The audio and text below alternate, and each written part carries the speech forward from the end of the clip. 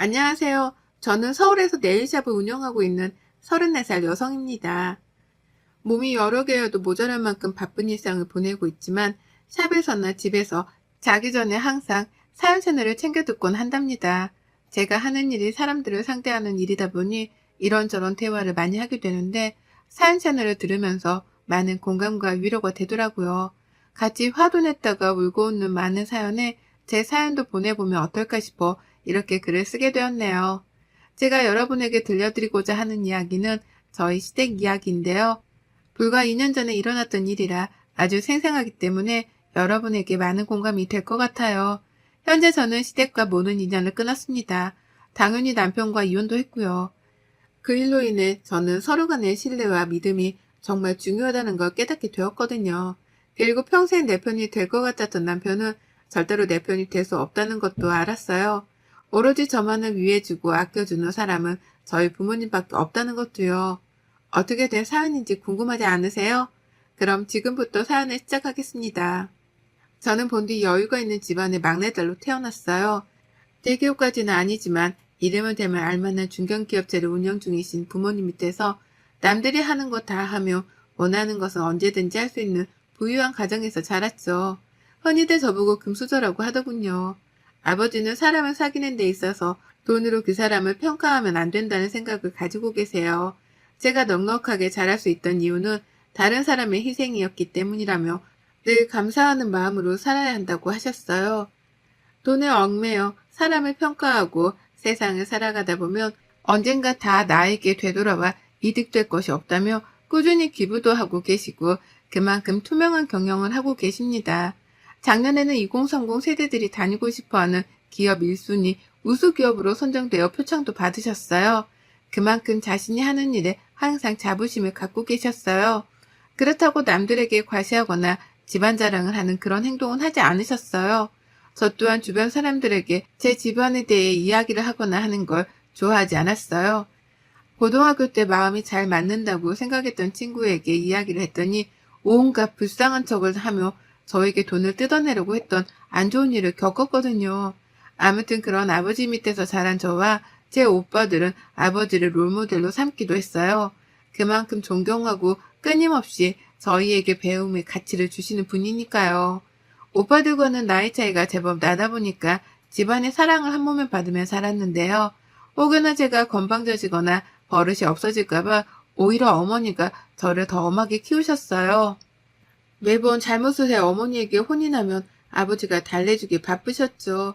오빠들은 아버지와 함께 회사를 운영 중인데 저는 조금 독특했어요. 저만의 사업을 하고 싶었고 제가 가장 관심 있어 하고 좋아하는 일을 하고 싶었죠. 어머니도 처음에는 아버지 회사에서 일을 배우며 좋은 집안으로 시집가길 바라셨지만 제가 스스로 아르바이트를 하며 원하는 학과로 진학하겠다며 대학 등록금을 모았는데 그 모습을 보고 결국 제 뜻에 따라주셨어요. 어려서부터 꾸미는 것에 관심이 많았기에 저는 미용학과로 진학하게 되었고 정말 열심히 대학을 다녔습니다.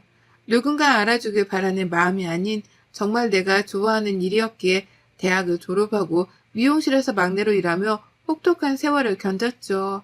그렇게 시간이 흐르고 미용실에서 일하게 된 지도 5년이라는 세월이 흘렀어요.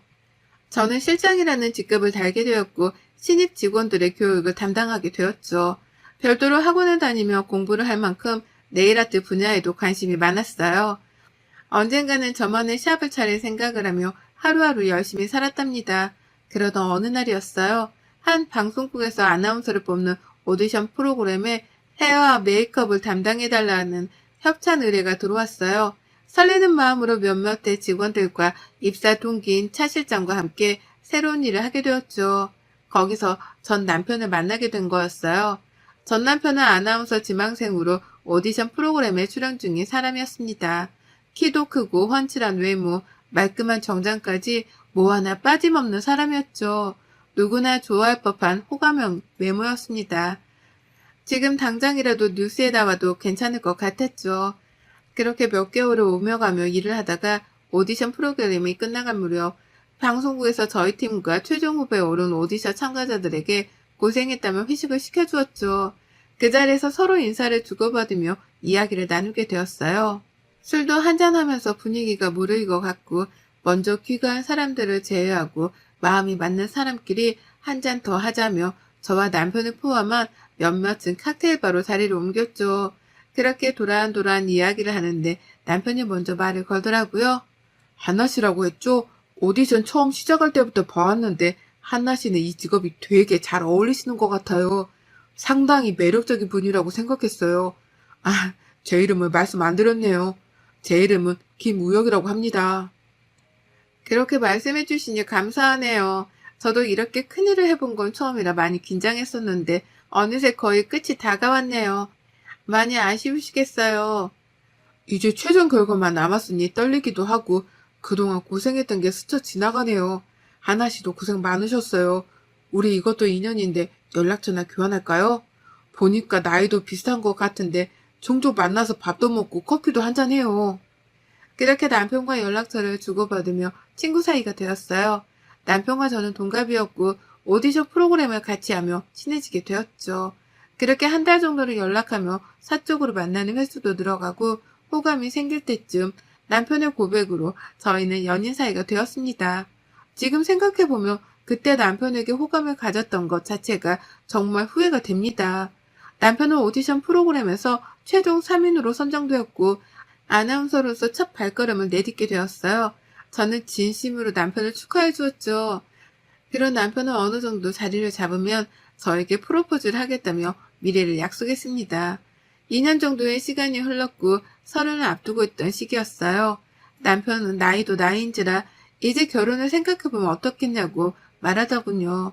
드라마에서 보는 것처럼 화려한 프로포즈가 아니었지만 오히려 소소한 그 한마디가 저에게는 더 큰 감동이었어요. 서로 사랑했기 때문에 저는 승낙했고 며칠 뒤 양가 집에 인사를 가기로 했죠.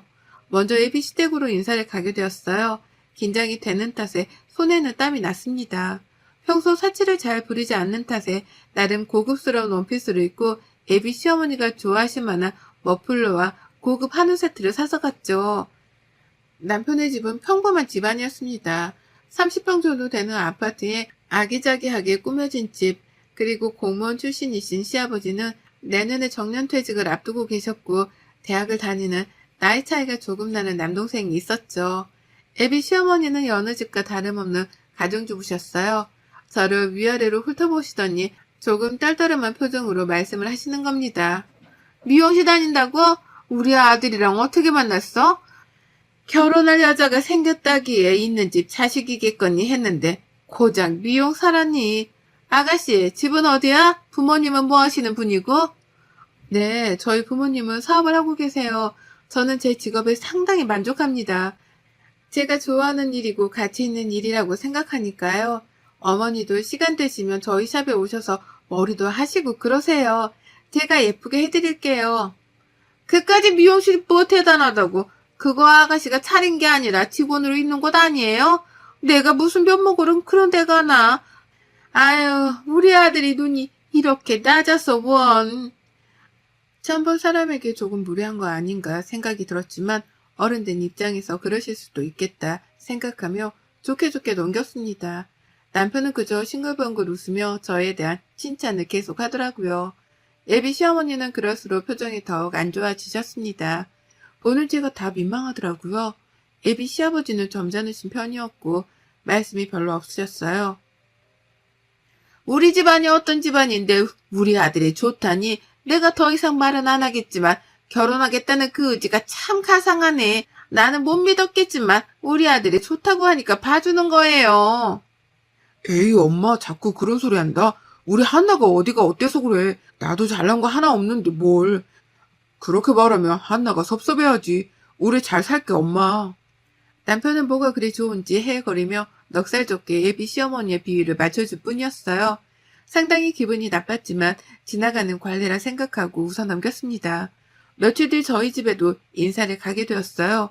그때서야 남편은 저희 집안에 대해 알게 되었고 조금은 놀란 눈치였어요. 하지만 그런 모습도 잠시 저희 부모님과 기분 좋게 인사하는 자리를 마무리했죠. 자기야, 자기 집이 이렇게 대단한 집인 줄은 몰랐어. 왜 진작 말 안 했어? 솔직히 어느 정도 살 거라 생각은 했는데 이 정도일 줄은 몰랐어. 자기네 집 정말 좋다. 대단하다. 미리 말 못해서 미안해. 우리 집 이야기를 일부러 하고 다니는 스타일도 아니고 그렇게 대단한 집안도 아닌 거 뭘. 우리 집도 여느 평범한 집이랑 다를 바가 없는 거? 아니야, 그럴 수도 있지 뭐. 우리 결혼 준비 잘 해보자. 내가 열심히 할게. 그렇게 저희는 양가의 허락을 받고 본격적으로 결혼 준비를 하기로 했습니다. 다행히 방송국과 제가 다니는 샵이 가까운 거리에 있었고 그 근처 아파트로 신혼집을 구했습니다. 아버지가 제가 결혼하면 주려고 제 명의로 미리 마련해 주셨던 곳이라 혼수만 장만하면 됐죠. 아버지는 넉살 좋고 서글서글한 남편이 마음에 드셨는지 결혼 선물이라며 외제차도 한 대 뽑아주셨어요. 집은 부모님이 해주신 거라 혼수는 반반 부담해서 장만하기로 했습니다. 시댁에서는 무조건 최고급으로 맞춰야 오래 사용한다며 2천만 원을 보태주셨고 저희 부모님은 그 돈 모아뒀다가 나중에 살면서 돈 필요할 때 쓰라며 혼수까지 마련해 주셨어요. 남편을 사랑하는 마음이 컸기에 그때 당시에는 이것저것 따질 겨를이 없었습니다. 결혼한다는 사실이 마냥 행복하고 좋았기 때문이죠. 그때까지만 해도 알콩달콩 토끼 같은 자식들도 낳으며 행복하게 살 줄 알았어요. 몇 개월 뒤 저희는 많은 사람들의 축하를 받으며 행복한 결혼식을 올렸어요. 남편은 방송국에서 메인 앵커로 자리를 잡으며 점점 승승장구하게 되었어요. 신혼을 충분히 즐기고 아이를 갖자고 협의했고 저희는 그렇게 달콤한 신혼생활을 즐겼습니다. 어느 정도 각오는 했었지만 결혼한 뒤에는 시어머니가 제대로 시집살이를 시키더군요. 밥하는 것부터 빨래하는 것까지 어느 하나 터치를 안 하시는 부분이 없었어요. 그나마 남편이 우리가 알아서 할 테니 그만하라고 단도리를 친 덕에 관심이 조금은 줄었지만요. 작년부터는 한 달에 200만 원씩 용돈을 달라고 하는 겁니다. 시아버지가 올 초에 정년퇴직을 하셔서 연금을 받긴 하지만 아직 대학생인 시동생이 있었고 시아버지 연금으로는 학비도 부족하고 생활이 빠듯하겠거니 생각해서 그러려니 했어요. 저도 어느 정도 연차가 쌓였던지라 세전 600 정도를 벌고 있었기에 큰 부담은 아니었죠. 하지만 시간이 지날수록 요구가 과해지기 시작했습니다. 알아서 용돈도 챙겨드리고 여행도 보내드리고 또 한 번은 동창 모임을 하는데 체면이 안 선다고 하셔서 고급 호텔 식당을 예약해 드리기까지 했어요. 툭 하면 가정 가구를 바꾸기도 하시고 끊임없이 돈 요구를 하셨죠. 저희도 슬슬 아이를 가질 계획을 해야 했던 터라 남편에게 말을 했어요. 우리 이제 곧 아이도 가지고 해야 할 텐데 지금 이대로라면 지출이 너무 심해서 무리가 될 것 같아. 아이 가지고 그러면 나도 오래 일 못할 텐데 조금 개선이 필요하지 않을까? 자기가 어머니한테 잘 말씀드려봐. 그런데 제가 저런 말을 하니 남편의 표정이 심각하게 굳어지는 겁니다. 그러면 자기네 가족 굶어 죽으라는 거냐며 흥분을 해서 이야기를 하는 거예요. 그러면서 저한테 이런 이기적인 생각을 하는 여자인 줄 몰랐다면서 화를 내는데 매우 당황스럽더군요. 저희가 돈을 못 버는 것도 아니고 물론 뒤에서 도와주는 부모님들도 계시지만 결혼이 저희를 위한 일이지 어느 한쪽을 책임지려고 하는 것은 아니잖아요. 저는 저희의 행복이 가장 중요시 되어야 한다고 생각하는데 제가 그렇게 이기적인 생각을 한 건가요? 그렇게 얼토당토 않는 말을 하길래 결국 남편과 싸웠어요. 서로 화가 풀릴 때까지 말을 섞지도 잠을 같이 자지도 않았어요. 남편은 야근을 핑계로 늦게 들어오는 날이 잦아졌고 새벽에 방송을 해야 한다며 숙직실에서 잔다는 말로 아예 들어오지 않는 날도 있었습니다. 의심하지 않았어요. 그럴만 했다 생각하기도 했고 전혀 남편이 바람을 피우고 있다라고는 생각하지 않았거든요. 어느 날 모처럼 쉬는 날이어서 시어머니께 맛있는 것도 사드리고 백화점도 가서 선물도 사드려야겠다고 생각하고 연락을 드렸는데 받지 않으시는 거예요. 저는 무슨 일이 있나 하고 시아버지께 연락을 드렸으나 도통 연락이 되지 않았고 그렇게 혼자만의 시간을 보내고 있었죠. 그런데 점심이 지났을 무렵 시동생에게 전화가 오는 게 아니겠어요? 평소 연락을 잘 주고받지 않았던 터라 갑자기 연락을 해오는 게 의아했습니다. 형수님, 혹시 지금 어디세요? 지금 형이랑 같이 있어요? 엄마랑 혹시 호텔에 계세요? 제가 잘못 본 건가 해서 연락드려요. 네? 저는 지금 집에 있는데 도련님 무슨 말씀이세요? 천천히 해보세요. 아니, 형수님, 제 말 놀라지 말고 잘 들으세요. 제가 혹시나 하고 연락드린 건데 아무리 생각해도 이건 아닌 것 같아서 말씀드려요. 형 만나는 여자 있는 것 같아요. 제가 함부로 꺼낸 말은 아니지만 저는 처음에 형수님이랑 엄마랑 셋이 있는 줄 알았는데 제가 학회 행사가 있어서 호텔에 왔는데 모르는 여자랑 형이랑 있는 거예요. 아는 척은 안 했는데 말씀드려야 할 것 같아서요. 시동생의 갑작스런 전화에 저는 오만 가지 생각이 다 들더군요. 그동안 남편의 행동이 수상쩍게 느껴지기 시작했어요. 그렇게 시동생과의 통화를 끝내고 남편이 오기만을 기다렸어요. 남편이 잠든 틈을 타 휴대폰을 몰래 보려고 했습니다. 평소에 잠금을 해두지 않아서 보기 수월했어요. 휴대폰 메신저를 통해 본 대화 내용은 아주 가관이더군요. 서로 보고 싶어 안달난 애틋한 연인이 따로 없었어요. 저는 재빨리 그 여자의 연락처를 저장했고 남편이 그 여자와 나눈 대화를 캡처해 제 휴대폰으로 전송시켰습니다. 그리고는 보지 않은 척 캡처한 내용을 삭제했고 내색하지 않기로 했죠. 남편에 대한 배신감과 분노가 하늘을 찔러 당장이라도 패버리고 싶었지만 좀 더 확실한 증거가 있어야 했어요. 저는 그 길로 그 내연녀에게 연락해 만나자고 했습니다. 다음날 근처 카페에서 그 여자를 기다렸어요. 그쪽이 이한나 씨? 반가워요. 김유정이라고 해요. 단도직입적으로 말할게요. 우리 오빠랑 헤어지세요. 어차피 애도 없는데 이혼이 흠도 아니고 오빠가 말하기 전에 이런 기회가 찾아오네요. 저희 많이 사랑해요. 만난 지 2년 넘었고요. 그게 지금 불륜녀가 할 말이에요? 한 가정을 파탄내놓고 뭐가 그렇게 당당해요? 지금 당신 내 남편이랑 불륜 저지르고 있는 거야. 알아? 말 다 했어요? 보니까 쥐뿔도 없어 보이는데 우리 오빠 그만 놔줘요. 어울리는 짝이랑 살아야지. 오빠 돈 보고 결혼했어요? 우리 오빠가 돈이 좀 많긴 하지. 그래도 이건 아니죠. 서로 사랑하는 사람끼리 어울리는 사람끼리 살아야 하는 거예요. 헤어지세요. 나 참. 그 사람이 그래요? 자기 돈 많다고? 그 남자가 입고 있는 옷, 차, 돈 그거 다 내 건데 말 안 했나 봐요? 꼴에 자존심은 있어가지고 나도 다른 여자랑 몸쏟고 바람피운 남자랑 더 이상은 못 살아요. 가진 게 얼마나 있으려나? 그쪽 소원대로 놔줄 테니 행복하게 잘 살아봐요. 말은 좀 통하네. 돈은 없어도 자존심은 있나 보죠? 그렇게 내연녀를 만나고 나와 저는 그 길로 친정집으로 향했습니다. 더 이상 결혼을 유지할 이유가 없었기에 모든 사실을 말씀드렸죠. 아버지는 매우 분노하시며 가만두지 않겠다며 난리를 치셨지만 제가 알아서 하겠다고 단도리 쳤어요. 저는 그날 바로 실행에 옮기기로 했어요. 오늘도 늦는다는 남편의 연락에 이삿짐 업체를 시켜 남편의 짐을 모조리 싸서 시댁으로 보냈습니다. 시댁에서 받지 않으면 길거리에 버리던 문 앞에 두고 가던 알아서 하라는 말과 함께요. 아니나 다를까 저녁에 시어머니가 연락을 하더라고요. 얘, 너 이게 다 뭐니? 이게 무슨 짐이야 이게? 어머님 보시는 것과 같아요. 그 일 몇 년 전부터 바람 피우고 있었더라고요. 제가 어떻게 그이랑 같이 사나요? 그리고 어머니도 그 여자랑 같이 밥도 먹고 그러셨더라고요. 그렇게 젊고 예쁜 여자 어머니 며느리 삼으세요. 저는 더는 안 할랍니다. 너 이게 어디서 배워먹은 짓이니? 그러게 네가 찰난 우리 아들이랑 애초에 결혼을 왜 했어? 돈이라도 많던가. 내 그동안 내색은 안 했다만 우리 아들에 비하면 너는 너무 모자랐다. 그건 사실이잖니? 그리고 이혼해도 그냥은 못한다. 부부간에 재산분할 해야 하는 거 알지? 재산이요? 그이가 이 집에서 가져갈 재산이 뭐가 있나요? 차, 집, 그거 다 제 명이고요. 그동안 어머님 드린 용돈, 지원해드린 돈 모두 제 돈이었어요. 그이 돈 쓴 거 하나도 없는데요. 저축한다고 본인 월급 얼마인지 말도 안 하고 제 카드 여기저기 쓰고 다니기에 바빴는데 몸만 나가도 이상할 게 없는데요. 그쵸? 말이면 다 한 줄 아니? 그 집 우리 아들 집이야. 우리 아들 찾고 말이 되는 소리를 하렴.